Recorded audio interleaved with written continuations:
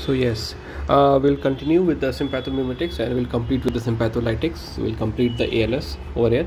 So let's see, discuss the beta. This beta 1 agonist, we have dobutamine, and beta 2 agonist we have salbutamol, है ना, terbutaline, used in asthma. Is there as a tocolytic, ritodrine and isoxaprine is used. Okay, these are the uterine relaxants. In the beta 3 agonist, we have discussed about the mirabegron. We have used the mirabegron in the overactive bladder. So beta 1, beta 2 and beta 3 agonist we have seen. Now indirectly acting drugs में क्या आ जाएगा वहाँ पे modafinil, amphetamine very important, ephedrine, mephenterine and tyramine. ठीक है, mephenterine is also used very commonly.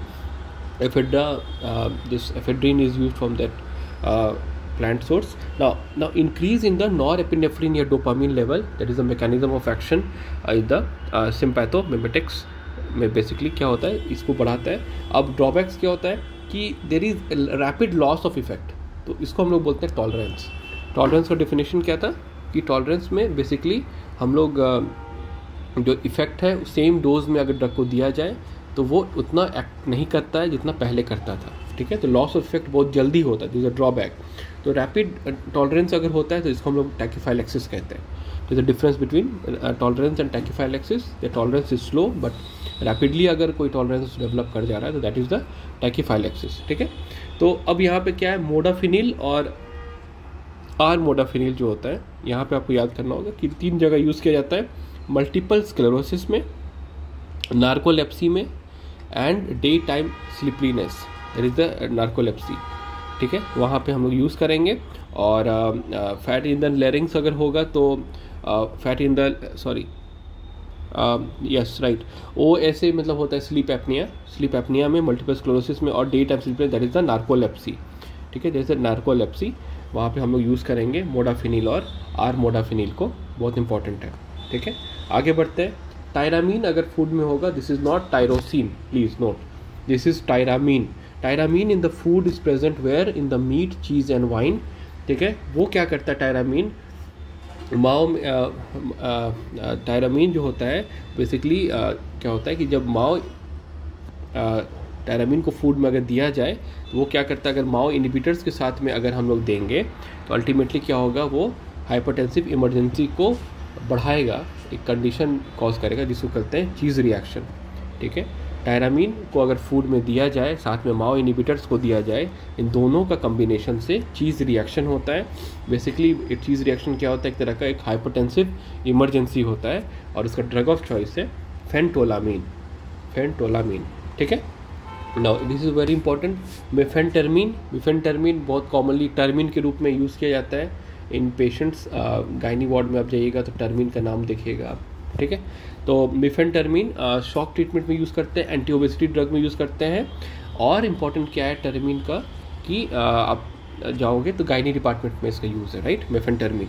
Now ephedrine क्या है, इट इज़ नेजल डिकंजेस्टेंट और वेजोप्रेसर इन प्रेगनेंसी, वहाँ पे यूज़ किया जाता है.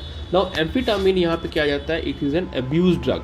तो वो क्या करता है, सीएनएस में सबसे ज़्यादा काम करता है, पेरिफेरी में सबसे कम काम करता है. ये स्लीप कम कर देता है, एपेटाइट कम कर देता है, अटेंशन बढ़ा देता है.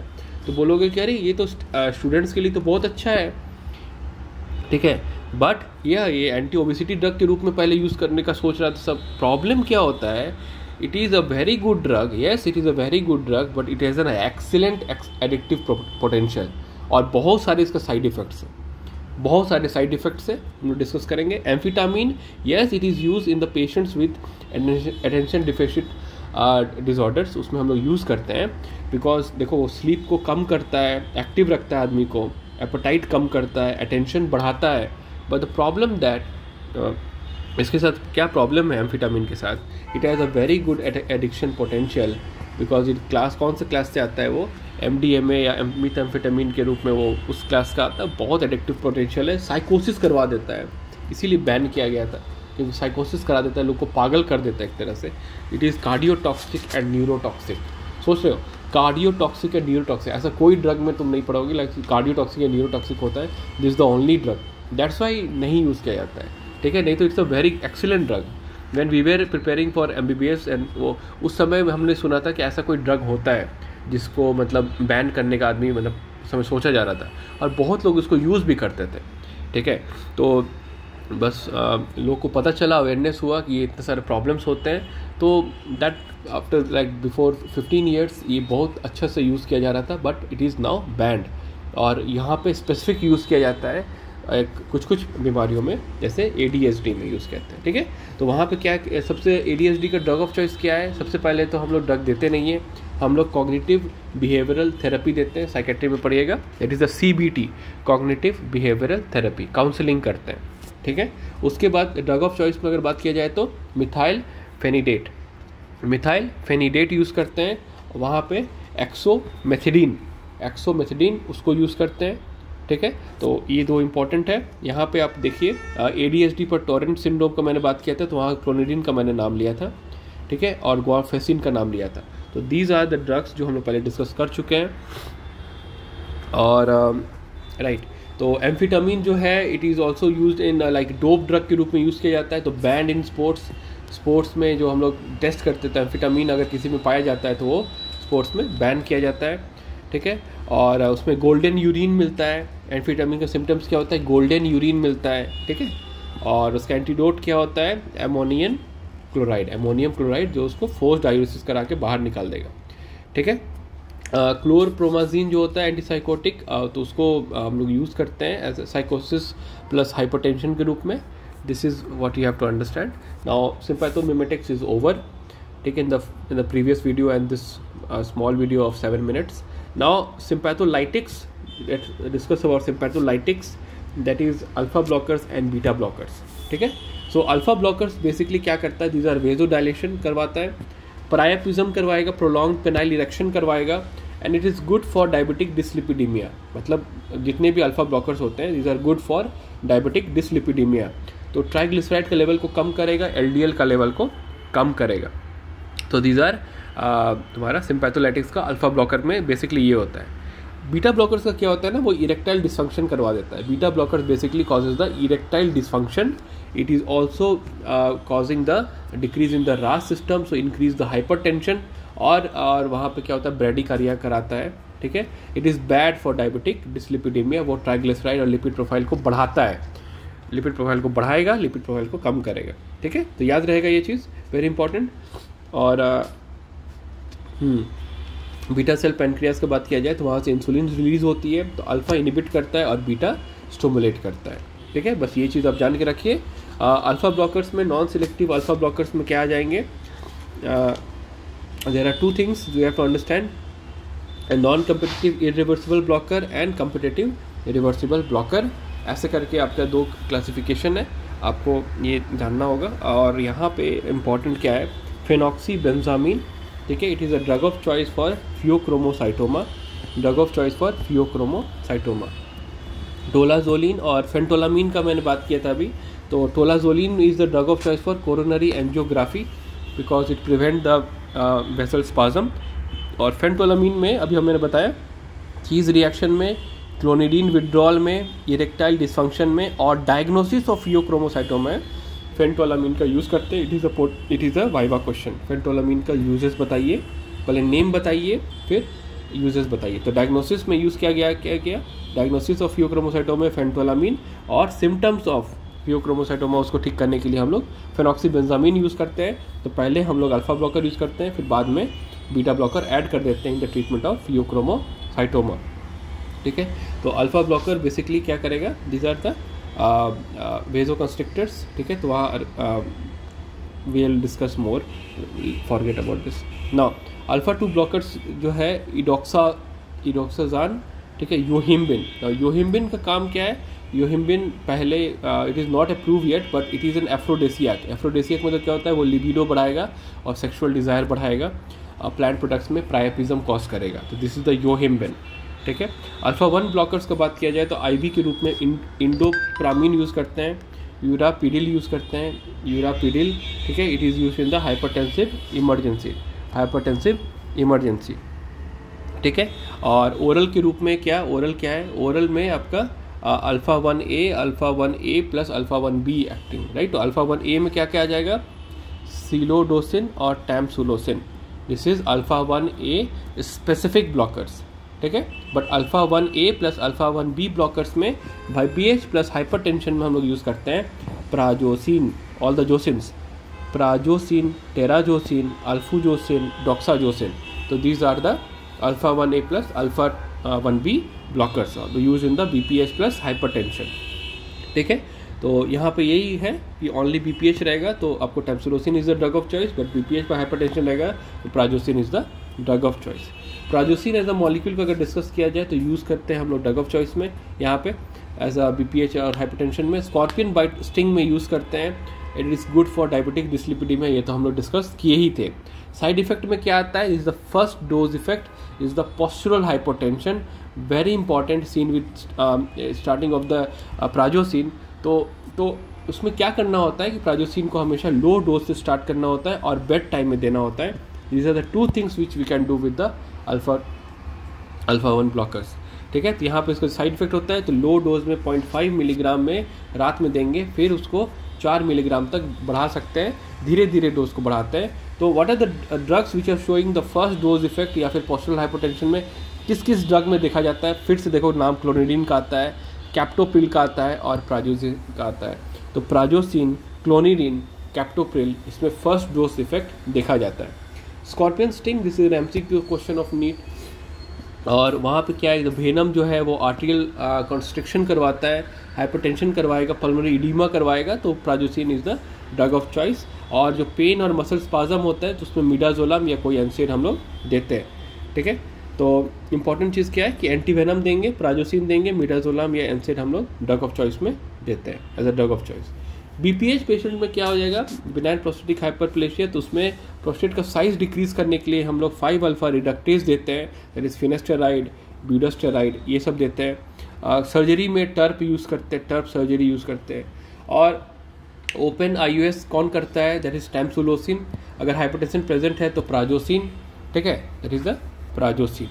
तो प्राजोसिन को यूज़ करते हैं यहाँ पे। तो यूज़ क्या हो गया, BPH, prostate cancer, hirsutism in females, male pattern baldness, androgenic alopecia, वहाँ पे हम लोग इसको यूज़ करते हैं। मेल पैटर्न बैंडनेस या एंडोजेनिक एलोपेसिया में इसको यूज़ करते हैं। मिनॉक्सिडिल और फिनेस्टेराइड में इसको यूज़ किया जाता है। It is very common, I also used before, so it is a very common thing, ठीक है। तो prostate cancer, BPH, hirsutism, male pattern baldness, यहाँ पे आपका फिनेस्टेराइड का रोल है, ठीक है। Now beta blockers as such अगर हम लोग बात करें, alpha blockers is over, beta blocker as such अगर बात किया जाए तो first generation, second generation, third generation होता है। First generation, this is the non selective beta blocker, तो beta 1 is beta 2, beta 3 causing the vasoconstriction. Second generation is the cardio-selective beta blockers. तो beta 1 is more specific, so beta 2, beta 3 से vasoconstriction side effect होता है, but beta 1 पे basically काम करता है। Now there are other third generation जिसमें vasodilatory properties है, तो will discuss one by one. So naming of the beta blockers is also important in viva, because if you ask like name 5 beta blockers, आप लोग वो भी नहीं बोल पाते हो। तो फर्स्ट जनरेशन में क्या आता है, first generation non selective, it is the propranolol, बहुत सिंपल है, सबसे इंपॉर्टेंट है, इसके बारे में हम लोग डिटेल में पढ़ेंगे। पिंडोलोल, पेनब्यूटोलोल, टीमोलोल, लेवोब्यूनोलोल, मेटीप्रानोलोल, तो ये 6 नाम है फर्स्ट जनरेशन का, ठीक है। टीमोलोल का क्या है, एक फंक्शन यहाँ है कि tropical beta blocker use in the treatment of glaucoma, तो ग्लोकोमा में हम लोग टीमोलोल को यूज़ करते हैं, ठीक है, बहुत इंपॉर्टेंट है। नैडोलोल इज अदर फर्स्ट जनरेशन, और सोटालोल, सोटालोल में क्या है, वो पोटेशियम चैनल को बंद कर देता है, पोटेशियम चैनल को बंद कर देता है, ये एडिशनल प्रॉपर्टी है अपार्ट फ्रॉम, ठीक है। पोटेशियम चैनल ब्लॉकर हो गया, और क्या हो गया, beta blocker with potassium channel blocking property. उसी तरह से एक बीटा ब्लॉकर है जिसमें पोटेशियम ओपनिंग प्रॉपर्टी है, ठीक है, तो will discuss later. Now नेडोलोल is the longest, ठीक है, और esmolol is the shortest, is the second generation. Second generation में क्या क्या है, इट इज़ बीटा 1 सेलेक्टिव, तो एस्मोलोल इज द शॉर्टेस्ट, जो एस्टरेज इन प्लाज्मा है उसको क्या करेगा, डिग्रेड कर देगा। मेटोप्रोलोल, बिसोप्रोलोल, एसीब्यूटालोल और एटेनोलोल, ये सब आपका क्या हो जाएगा, these are the second generations.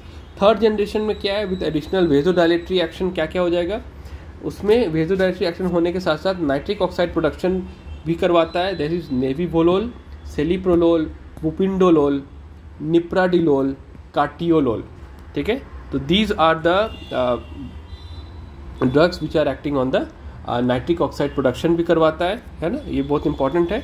Which are the calcium channel blocker safest in asthma, तो these are the drugs like 16, 17, 18 is the celiprolol, carteolol, bupindolol, ये तीनों को अस्थमा में दे सकते हैं। With additional calcium channel blocker properties betaxolol, bevantolol और carvedilol, mnemonic है BBC। अब देखो इतना सारा नाम है ना, तो जब तक आप लिख के याद नहीं करोगे, बार बार रिवाइज नहीं करोगे, तो आपको याद नहीं रहेगा, ठीक है। इसलिए एग्जाम में ना बोल नहीं पाते हो, तो ये जान लेना बहुत इंपॉर्टेंट है। अल्फा ब्लॉकिंग प्रॉपर्टी में क्या आता है, फिर से ये सेम BBC आएगा, साथ में बिटैक्सोलोल और बिवेंटोलोल और कार्बिडिलोल तो आएगा ही, साथ में बुसिनोलोल भी आएगा, निप्राडिलोल और लेबिटालोल, लाबेटालोल, ये बहुत इंपॉर्टेंट है। इसको हम लोग प्रेगनेंसी में यूज़ करते हैं। लेबिटालोल को बहुत कॉमनली यूज़ किया जाता है, लेबिटालोल को प्रेगनेंसी में, ठीक है। तो इसमें देखो ये अल्फ़ा ब्लॉकिंग प्रॉपर्टी भी है और बीटा ब्लॉकिंग प्रॉपर्टी भी है, ठीक है। ब्यूसिनडोलोल जो है वो उसमें HDL लेवल को वो बढ़ाता है, ये देखा गया, एडिशनल प्रॉपर्टी है, ठीक है। और मैंने बताया था मसल रिलैक्सेंट के रूप में हम लोग पोटेशियम ओपनर भी होता है, मतलब beta blocker with potassium channel opener property is the tilisolol. Tilisolol को मसल रिलैक्सेंट के रूप में यूज़ किया जाता है। टीलीसोलोल इज़ वेरी इंपॉर्टेंट। सो अभी हम लोग डिस्कस किए थे कि पोटेशियम ब्लॉकिंग प्रॉपर्टी किसमें है, सोटालोल में, और पोटेशियम ओपनिंग प्रॉपर्टी किसमें है, टीलीसोलोल में। This all are beta blockers, जिसमें एडिशनल ये प्रॉपर्टीज़ देखा जाता है। Which are contraindicated in renal failure, atenolol, nadolol और सोटालोल, ठीक है। ये तीनों जो है वो क्या है, contraindicated in renal failure. Antioxidant property किसमें पाया जाता है, तो कार्बिडिलोल इज प्रेजेंट, जिसमें CAR calcium channel blocker property, alpha blocking property and reduce hypertrophy of the heart, यहाँ पे आपका एंटीऑक्सीडेंट प्रॉपर्टी यहाँ पे देखा जाता है इन तीनों में, ठीक है। मतलब कार्बिडिलोल में देखा जाता है, ठीक है। अब लेबिटोलोल हाइपरटेंशन इन प्रेगनेंसी में यूज़ किया जाता है। यूजेस में बोला जाए कार्डियो सेलेक्टिव बीटा ब्लॉकर, तो हाइपरटेंशन में beta blocker these are the 4th choice, ठीक है। और ये मतलब सेकंड चॉइस में यूज़ करते हैं। फर्स्ट जनरेशन में हाइपरटेंशन का ट्रीटमेंट में उसको यूज़ नहीं किया जाता आजकल, सेकंड जनरेशन में यूज़ किया जाता है, ठीक है। This is the second choice. तो हाइपरटेंशन, MI, एंजाइना, अरिथमिया और CHF में बीटा ब्लॉकर्स का यूज़ है। बट ड्रग ऑफ चॉइस होता है आपका HOCM, TOF और MVP में। Mitral valve prolapse, tetralogy of Fallot और HOCM में हम लोग ड्रग ऑफ चॉइस मानते हैं बीटा ब्लॉकर को। कॉन्ट्राइंडिकेटेड कहाँ पे, AV ब्लॉक में यूज़ नहीं करते हैं, ब्रेडिकार्डिया में यूज़ नहीं करते हैं और एक्यूट हार्ट फेलियर में यूज़ नहीं करते हैं। This is very very important thing to understand. Now beta 2 blockers का बात किया जाए तो वहाँ पे ये टर्म आता है, प्रोपेनोलोल का मान लो यूज़ कर रहे हैं, प्रोपेनोलोल, तो वहाँ पे उसका यूजेस बहुत इंपॉर्टेंट है। दैट इज़ कहाँ यूज़ करते हैं, प्रोफाइलैक्सिस ऑफ माइग्रेन में मैंने बताया ड्रग ऑफ चॉइस है, ठीक है। फियोक्रोमोसाइटोमा में यूज़ करते हैं, परफॉर्मेंस एंग्जाइटी वेरी इंपॉर्टेंट, वहाँ यूज़ करते हैं। पोर्टल हाइपरटेंशन में टू प्रिवेंट हेमाटोमेसिस, ठीक है, वहाँ पे उसको यूज़ किया जाता है। पोर्टल हाइपरटेंशन में एक्यूट ब्लीडिंग अगर होता है तो वहाँ पे हम लोग क्या करते हैं, ड्रग ऑफ चॉइस जो है वो IV ऑक्ट्रियोटाइड या वेजोप्रेसिन के रूप में यूज़ करते हैं अगर इसोफेजियल वेरिसेस रप्चर होता है तो। डेफिनेटिव सर्जरी तो बैंडिंग होता है, बैंडिंग सर्जरी, और प्रिवेंट करने के लिए प्रोपेनोलोल को यूज़ किया जाता है, ठीक है। तो यहाँ पे पोर्टल हाइपरटेंशन में इस तरह से प्रोपेनोलोल को यूज़ करते हैं to prevent the bleeding, the portal hypertension आप ये करने के लिए, ठीक है।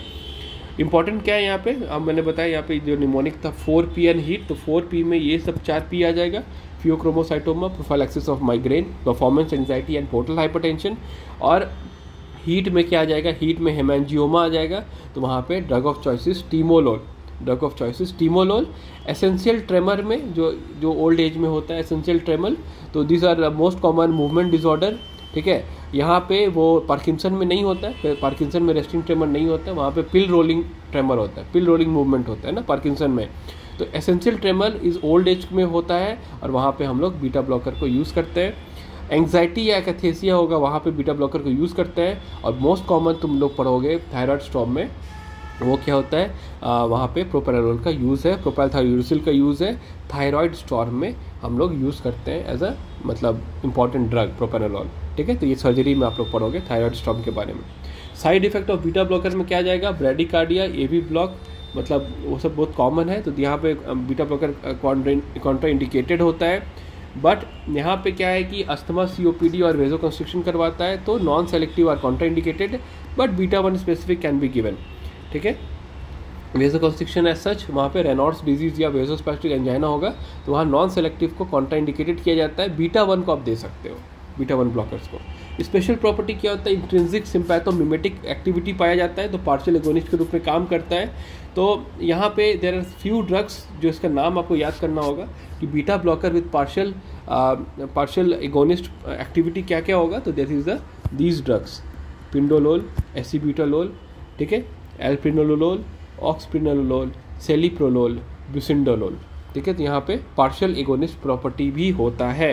मेम्ब्रेन स्टेबलाइजिंग प्रॉपर्टी मतलब blocks the sodium channel also, ठीक है। तो use as the anti arrhythmic drugs, use in the anti arrhythmic drugs. यहाँ पे आपका क्या आ जाएगा, मतलब आप पढ़े होंगे ये, ठीक है। तो ये क्लास 1 है, क्लास 2 है, क्लास 3 है, क्लास 4 एंटी एरिथमिक ड्रग्स है। तो यहाँ आपका बीटा ब्लॉकर आता है, ठीक है। बट सोटालोल यहाँ आता है, potassium channel blocking property, sotalol. All beta blockers are in the second group, third group में सोटालोल आता है, ठीक है। तो आप जब वहाँ आपका classification of arrhythmics, anti arrhythmic पढ़िएगा तो वहाँ आपको दिखेगा beta blocker in the second group, ठीक है। तो यहाँ से आप कनेक्शन बना सकते हैं, नेक्सस बना सकते हैं, very important. Contraindication, corneal anaesthesia में यूज़ नहीं करते हैं, ग्लोकोमा में यूज़ नहीं करते हैं। ड्रग में सबसे इंपॉर्टेंट क्या है, प्रोपेनोलोल, सोटालोल, लाइबेटालोल, पिंडोलोल, बस propranolol is most commonly use in the sodium channel blocking property also. Beta blocker antidote for bradycardia में, अगर ब्रेडिकार्डिया बहुत ज़्यादा आता है, बीटा ब्लॉकर से अगर मान लो ब्रेडिकार्डिया हो रहा है, तो हम एट्रोपिन और ग्लूकागॉन दे के उसको ठीक करते हैं, एट्रोपिन या ग्लूकागॉन दे के उसको ठीक करते हैं। और beta blocker mask the symptoms of hypoglycaemia, ये बहुत इंपॉर्टेंट क्वेश्चन है, अंडरस्टैंडिंग क्वेश्चन है, क्योंकि देखिए बीटा ब्लॉकिंग हो जा रहा है तो ब्रेन में जो एक्टिविटी कम कर दे रहा है, तो वहाँ पे क्या आ रहा है, पैल्पिटेशंस आता है, ट्रेमर्स आता है, एंग्जाइटी आता है और स्वेटिंग आता है, ठीक है। एंग्जाइटी आता है और स्वेटिंग आता है। Sweating is nothing but the sympathetic cholinergic. तो ये सारा एक्टिविटी को बंद कर देता है एक्सेप्ट द स्वेटिंग होते रहता है, but it mask all the things कि उसको पता नहीं चलेगा कि अगर इसको किसी को हाइपोग्लाइसीमिया हुआ है कि नहीं, ठीक है, सिर्फ स्वेटिंग होते रहेगा। नाउ ग्लोकोमा में ज़्यादा we are not going to discuss about glaucoma, but some basic things you have to understand in glaucoma.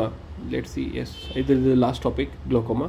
So very basic thing you have to understand in glaucoma is the IOP जो होता है वो 21 mmHg से ज़्यादा होता है। Alpha 1 beta 2 का बात हम लोग किए थे कि अल्फा 1 वेजो कंस्ट्रिक्शन करवाता है और बीटा 2 वेजो डायलेशन करवाता है।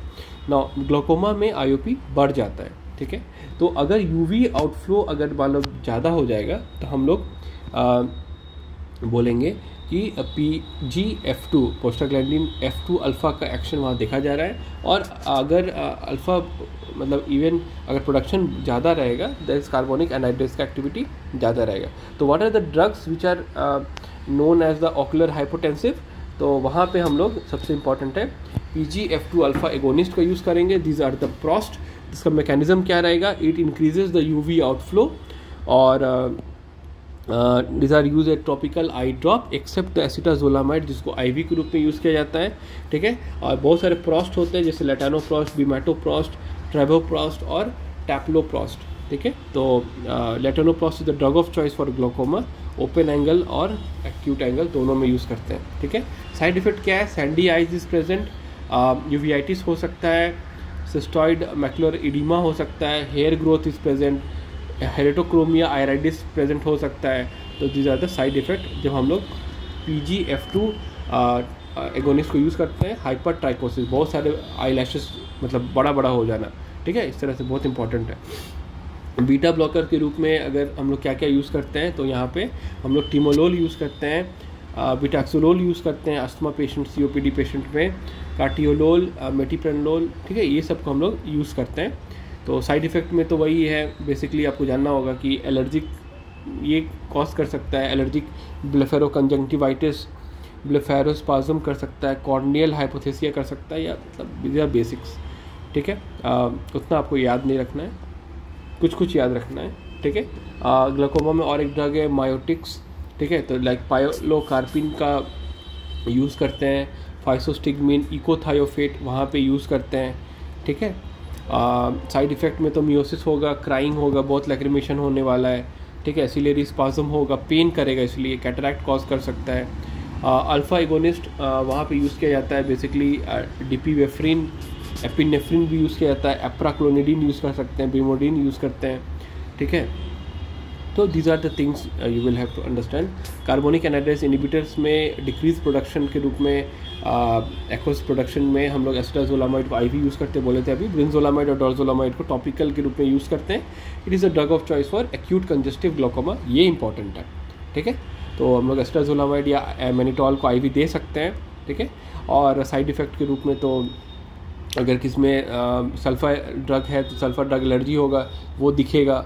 सेकेंडरी एंगल ग्लोकोमा में यूज़ मतलब ये एक साइड इफेक्ट के रूप में आ सकता है, एंगल क्लोजर ग्लोकोमा, ठीक है। और एक नया ड्रग अभी आया है, रो काइनेज इनिबिटर, और भी बहुत सारे ड्रग्स हैं, but this was the new drug netarsudil, ठीक है, जिसको हम लोग यूज़ करते हैं ग्लोकोमा में, ठीक है। तो glaucoma is a separate topic, मैंने जस्ट ANS में जस्ट एक रिव्यू किया है तुमको ड्रग्स क्या क्या यूज़ करते हैं। That's all for today.